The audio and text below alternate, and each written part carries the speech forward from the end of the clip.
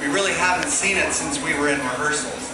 And the thing about rehearsing in Disneyland is we can only rehearse at night, so when the park is closed. So the last time we did that was back in May sometime, I think. So.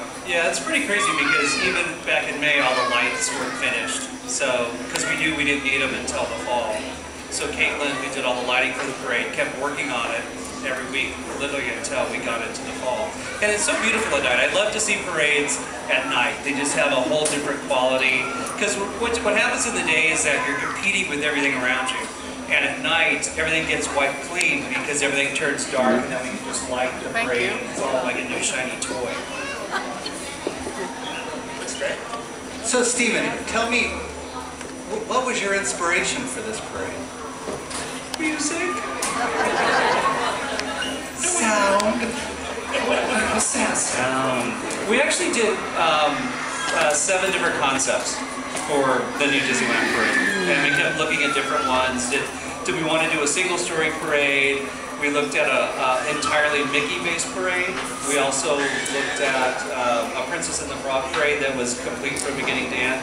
And then we started to get into this music thing. Another director that I work with was working with Drumline, and they were doing the national tour of Drumline. And I'm like, wow, I'd forgotten how exciting it was to have live musicians. And so we started in on this whole live musician thing, which finally led to, let's do a whole parade about music.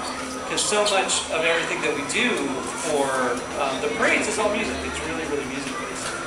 And voila, Soundsational was born.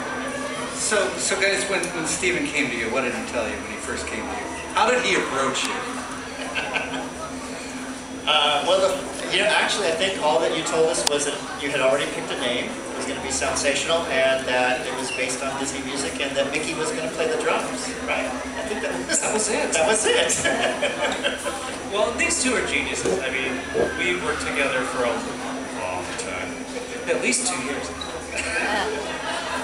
But what's great is just Kevin and Jody bring a really great spirit to parades. I mean, we all grew up at Disney, we know parades really well, and it just has this beautiful quality about it. And what's great is you just kind of come to them with crazy ideas, and then they just start sketching. And half the time, you get this, like in my inbox, it's great when you get a Kevin and Jody email, like, hey, look at this. And you get these cute, wonderful things to look at that are really fun. I mean, it makes you smile. That's what I love about it. The parades that they design really make you smile. Oh, thanks. What did you base the floats on, though? Was there a certain concept for the look or the design of them?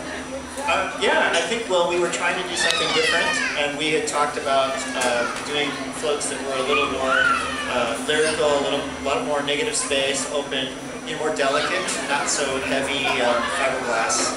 So we were trying to do something that looked like it was made out of paper. And I do a lot of paper sculpture in my own art, and so we, thank you, and so we suggested that to Stephen, and Stephen said, yeah, let's see if we can make this, a lot of the parade look like it was made out of paper. So we get stuff like this, which is fun. So this is from the Mary Poppins unit, and it truly is all made out of paper. It's really a fun concept, and we really started to push this. The trick was, like even on these, is how do you make this, 10 feet tall and keep it structural? And it took a long time. Tom Productions did all the kind of paper art for the parade, and it took a long time. Every week it's like, how's the paper done? Well, they made everything out of things, obviously not paper. You can't make a real parade out of paper because, the first time it rains, that would be the end of the parade. So they were very clever. They made a lot of things out of metal, fiberglass, different, I think a plastic material called Cetra, am I correct? And other things like that. So they were able to capture that look. Really great job capturing the look, for sure. I mean, that looks exactly like the puppet looks out on the float. Yeah, the first time that they got him up on that bicycle and, turned him on and he started pedaling, it was so exciting. It was a little scary. Yeah, it was a little scary. It's like, wow, it was really cool. It was very fun. Actually, the Mary Poppins float is my favorite. Is it your favorite? Of course, it's my favorite. Sure it is. Is it your favorite? I don't know. I never knew which one was your favorite. I'm happy with every single thing in the parade. I actually, them Princess and the Frog. I Oh think that's one of those yes, movies. I do too. That's my favorite. The interesting thing about this is that in a lot of the units we wanted to have sound be the, of course we're called Soundsational, but there's sound. You notice on the wheel of the bicycle of this, there are balls that go up and down that we had hoped would make sound, but then the soundtrack came in so cool that we just went ahead and let them go around and around. But things like having our dancers with cymbals and the drum line and all of those wonderful sounds, I think that was pretty cool, Stephen.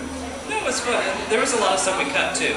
You know, we had jingle bells on everybody, and after a while it was like, turn it off, there's too much sound.